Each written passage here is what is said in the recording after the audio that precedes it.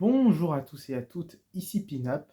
Aujourd'hui, deuxième partie de mes achats d'été et aussi de mes vinyles d'anniversaire, mes cadeaux d'anniversaire. Donc c'est parti, on y va. On commence par un vinyle que j'ai eu pour mon anniversaire.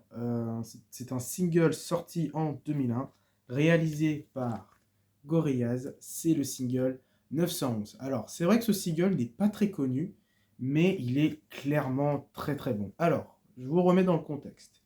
On est dans la période où Damon Albarn commence à créer le fameux groupe Gorillaz, la première phase, une de mes phases préférées au passage, avec les dessins, les visuels, les visuels, les concerts, tout ça, c'est vraiment incroyable.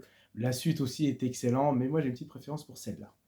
Donc Gorillaz, enfin Damon Albarn décide de créer un single avec le groupe D12. Alors D12, c'est eux, oui, c'est leur logo. D12, tout simplement, c'est un groupe de rap collectif américain qui accompagnait Eminem durant ses tournées et aussi pour quelques enregistrements de ses albums studio. Car oui, Eminem en fait collaborait beaucoup avec ce collectif. Sauf que bon, là il n'était pas là, ça aurait été incroyable, mais bon, là il n'était pas là. Et en fait, Damon Albarn voulait tout simplement parler aussi du 11 septembre. Ça tombe bien, c'était hier, ce fameux jour avec cet énorme attentat terroriste qui a abattu les deux tours jumelles. C'est très très triste. Tout le monde s'est souvenu de ce jour-là. Bon, moi j'étais pas né, hein, c'est 2001, moi je suis né en 2004, donc 3 ans après. Eh bien, il décide d'en parler et de faire un morceau de rap. Alors en featuring, il y a aussi Terry Hall, je crois que c'est un producteur de musique. Et tout simplement, il voulait aussi faire découvrir les musiques du Moyen-Orient, car oui, Damon Albarn adore les musiques un peu du monde, Afrique, asiatique, Moyen-Orient. C'est vraiment un super mélange, et franchement, ce single est vraiment très très bon avec ce côté rap. Durant les premières tournées de Gorillaz, de l'album éponyme, il jouait beaucoup ce morceau durant leur première tournée. Et c'est vrai que c'est très très bon. Je vous mettrai en lien dans la description si vous voulez l'écouter.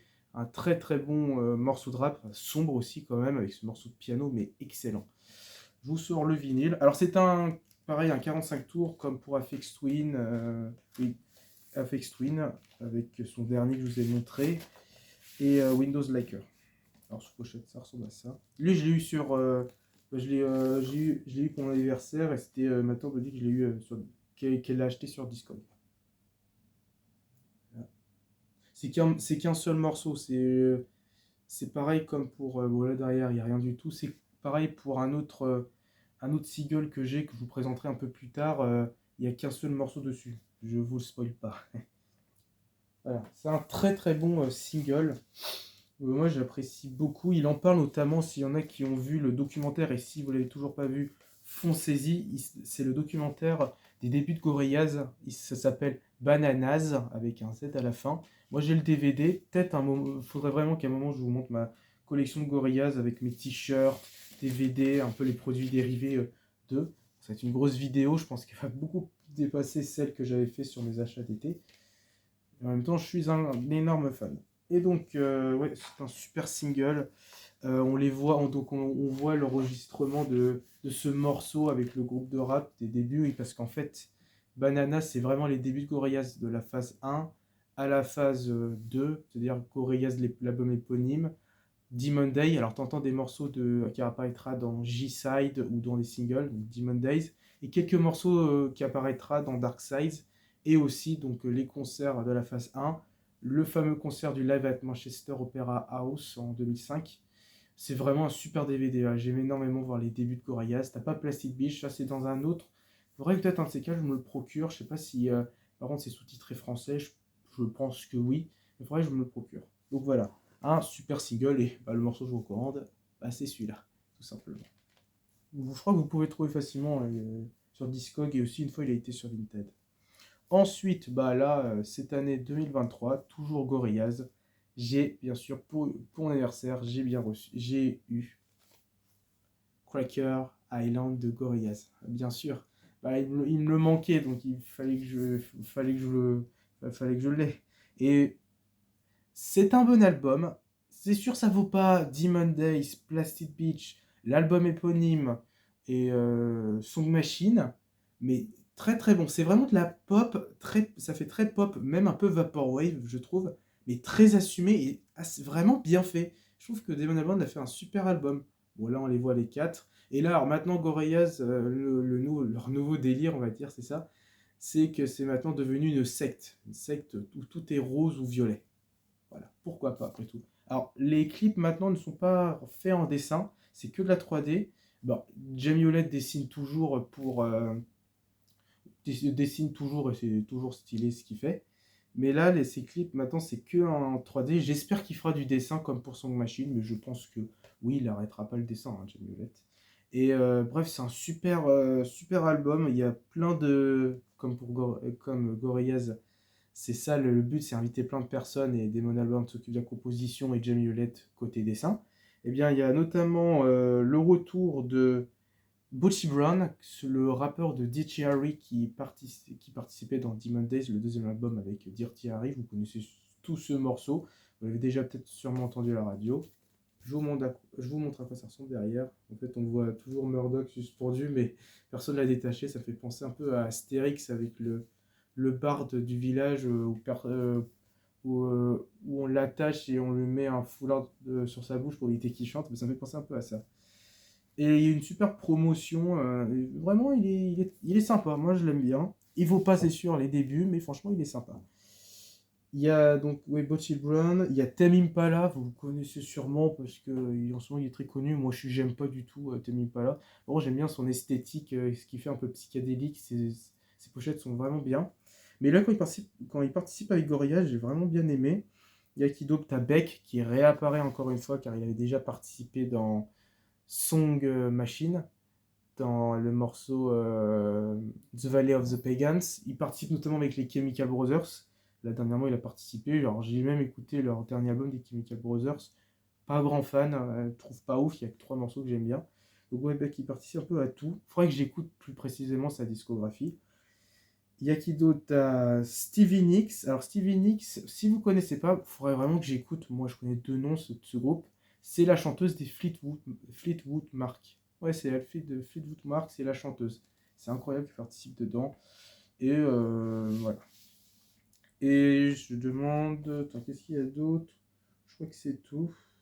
Ah, il y a Adele Omatayo. Alors, lui, c'est un choriste dans les tournées de Gorillaz. Il y a toujours un chœur africain derrière Damon Albarn, qui ont une super voix. Et lui, il fait un morceau avec Damon Albarn. Donc, il invite son chœur à faire un morceau. C'est vraiment cool. Et lui, il était aussi un des choristes, on va plutôt dire choriste, de Amy Winehouse. Après qu'elle soit morte, et ben, il décide d'être avec Gorillaz. C'est impressionnant, moi je savais pas. Alors la sous-pochette est rose, comme dans le thème. Ah, bon, lui, je l'ai eu, je crois, à la FNAC. Voilà, très stylé. Ça, c'est le fameux Pazuzu, le diable que Murdoch vénère. Je vous montrerai c'est qui Murdoch. Je crois que je vous l'ai déjà montré. C'est celui qui avait l'œil rouge, souvenez-vous. Voilà. Moi, j'espère que la qualité, elle est bien de ma vidéo. Dites-le moi en commentaire. Murdoch, c'est lui, celui qui est suspendu. Voilà. Et ouais, bah, super morceau. Enfin, vraiment un très bon album. De toute façon, ce que fait Damon Albarn avec Gorillaz, je kiffe. Même si parfois il y a un ou deux morceaux que je suis pas très grand fan, il y a quand même des morceaux qui s'en sortent vraiment bien. Les morceaux que je vous recommande, ah bah oui, en featuring, il y a aussi Thundercat, que je vous ai déjà parlé dans ma dernière vidéo avec mon vinyle de Flying Lotus, où c'est un bassiste, il participe beaucoup avec donc Flying Lotus, Kendrick Lamar, et dans Gorillaz aussi. Peut-être Flying Lotus faire un remix de Cracker Island, ce serait incroyable, mais bah, il y a déjà eu un, mais il est vraiment nul, c'est de l'EDM, et l'EDM que j'aime pas. Et bah, il participe dedans, le clip est magnifique et très psychédélique, incroyable. Je vous recommande donc Cracker Island. Silent Running, bien entendu, c'était le dernier clip qu'ils ont fait avec le dernier clip de Gorillaz, sorti pour l'instant. J'ai hâte qu'ils en fassent un autre. Et l'excellent New Gold, mon morceau préféré, avec Tame Impala et Bochy Brown, avec son clip très très stylé. Et c'est marrant parce qu'on retrouve des anciennes images de Hollywood qui apparaissaient dans The Now Now, le maintenant sorti en 2018. Mais ça, je vous ferai une vidéo spéciale Gorillaz pour, être pour plus en détail.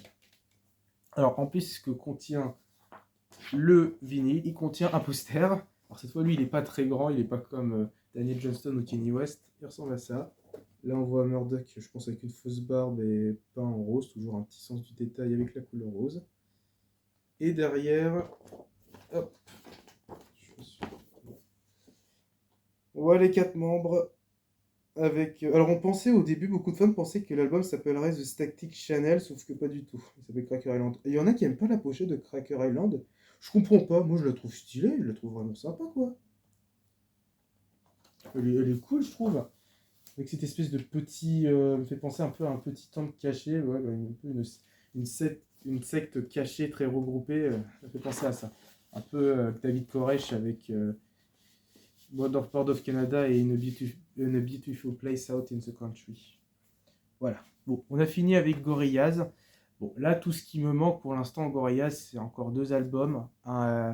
L'album Leka Come Home, que j'ai rien procuré, mais il coûte assez cher. Mais là, sur Vinted, tu as des versions pas officielles. J'aimerais bien peut-être m'en procurer une version, j'hésite, je verrai.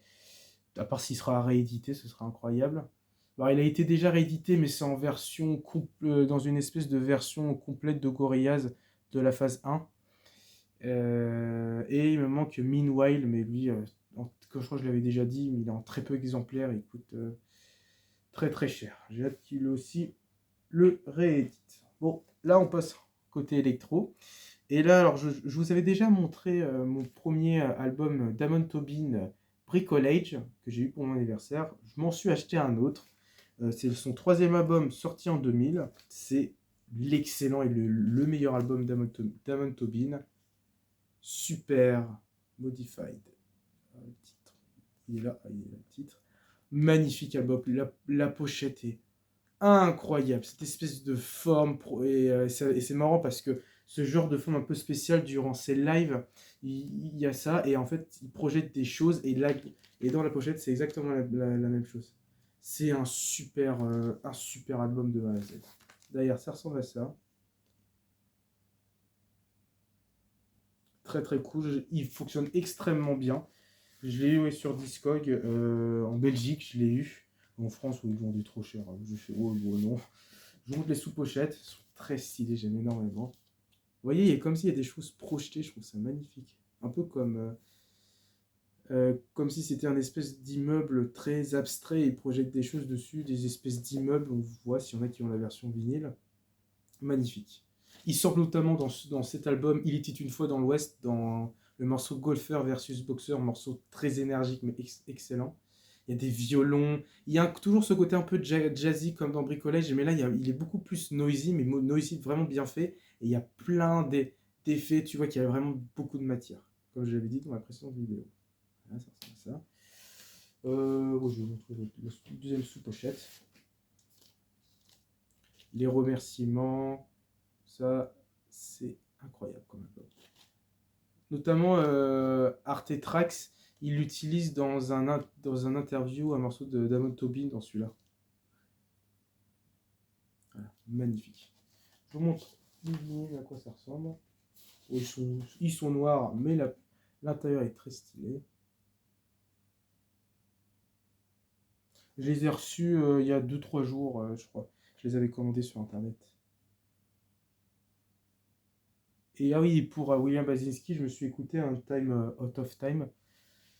Magnifique, vraiment magnifique, très relaxant. Je me suis même endormi. C'est pas parce que ça m'ennuyait, pas du tout, mais moi ça me détend ce genre de musique, mais c'est fait exprès, c'est normal. Mais je trouve que ça commence par des espèces de bruits noisy et ça continue vers l'ambiance, c'est incroyable. Hop. Très stylé, j'aime beaucoup.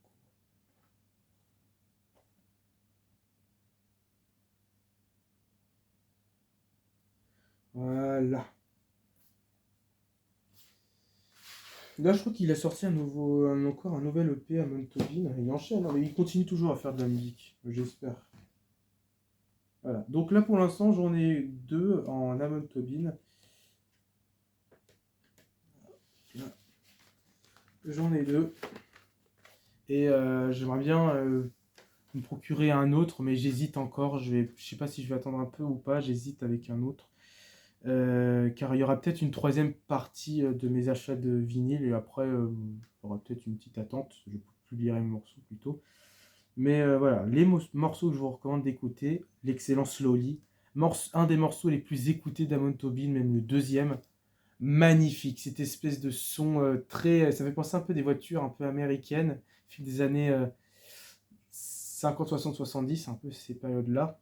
Incroyable, c'est mon morceau favori, et il est vraiment magnifique. Golfer versus Boxer, où il y a le sample de Delete une fois dans l'Ouest, incroyable, avec ces espèces de bruit, il y a des espèces d'enfants qui crient, comme s'il était en colère, ça tabasse, c'est génial. Je l'ai en tête en plus, c'est marrant. Et Keeping It Still, aussi un morceau très culte. J'ai hésité avec le dernier, mais je pense Keeping It Still, magnifique. Voilà. Son meilleur album, tout simplement, avec Folly Room. Et j'hésite avec Bricolage ou Isam pour le troisième place, mais pour moi, c'est son meilleur album, celui-là. Voilà. Et ensuite, bon, la vidéo est bientôt se terminer. Là, on était plus dans la drum and bass slash ambient jungle nosy, quelque chose comme ça. Là, on passe, là, on était en 2000, et là, on est en 2011, on passe dans l'ambiante, et je suis extrêmement content de l'avoir. J'ai un autre album de The Caretaker, et pas n'importe lequel, sa deuxième meilleure œuvre, An Empty Bliss Beyond This World. Je l'avais réécouté dernièrement, pareil comme pour William Basinski, ça m'a vraiment détendu, je suis un petit peu endormi. C'était incroyable, c'est vraiment la bande son de The Shining, mais à la sauce de Caretaker. C'est génial, on a l'impression d'être dans cet hôtel géant délabré, mais on entend toujours ces espèces de bruits, on entend encore les lieux. Il y a une ambiance joyeuse dans celui-là, je vous montrerai après à quoi ça ressemble derrière, mais il y a un côté quand même un peu sinistre. Il y a un côté quand même, on est à l'aise, mais pas totalement, comme si c'était ancien, ça revenait et ça surprend, quoi. C'est assez sinistre. Il est magnifique, il est très tranquille. Je vous conseille de l'écouter quand vous travaillez ou vous voulez vous détendre la nuit ou quelque chose comme ça. Magnifique album. Je vous montre à quoi ça ressemble derrière. C'est pas comme les autres que je vous ai montré dans ma première vidéo de ma chaîne. Vous voyez, là, la peinture de derrière est complètement comme si quelqu'un a peint derrière, en fait. C'est génial. Je vous montrerai la différence après. Mais je vous montre d'abord à quoi sont les vinyles. Et en plus, particulier, ce qui est particulier, alors le sous-pochette ressemble à ça. Voilà. C'est qu'il y a les titres. Il y a les titres, et c'est marrant parce qu'on dirait presque un poème. Je trouve ça stylé, là, les phrases que vous voyez en bas, c'est les titres des différents morceaux, ce qui est quand même cool qu'ils nous mettent ça. Bon, je préfère le côté un petit peu mystérieux comme les deux autres œuvres que j'ai, ou ces espèces d'œuvres mystérieuses que tu trouves un peu inhabituelles, mais c'est quand même cool qu'ils nous marquent les titres. Et derrière, ça ressemble à ça. Voilà, c'est vraiment incroyable. Il y a plein de morceaux qui jouent encore en concert. Là, dernièrement, il en a fait un en 2022. Je l'ai vu, il a l'air vraiment pas mal. Alors, les morceaux que je vous recommande d'écouter, le premier, Are You Going to Want to do is Get Back There. Le titre éponyme qui réapparaîtra dans Evolutionary Idea of Time. Oui, parce que parfois ils utilisent des anciens titres, et c'est comme par exemple toujours le concept du vieux souvenir qui est se remémore, etc. And Empty Bliss Beyond This World, tout simplement.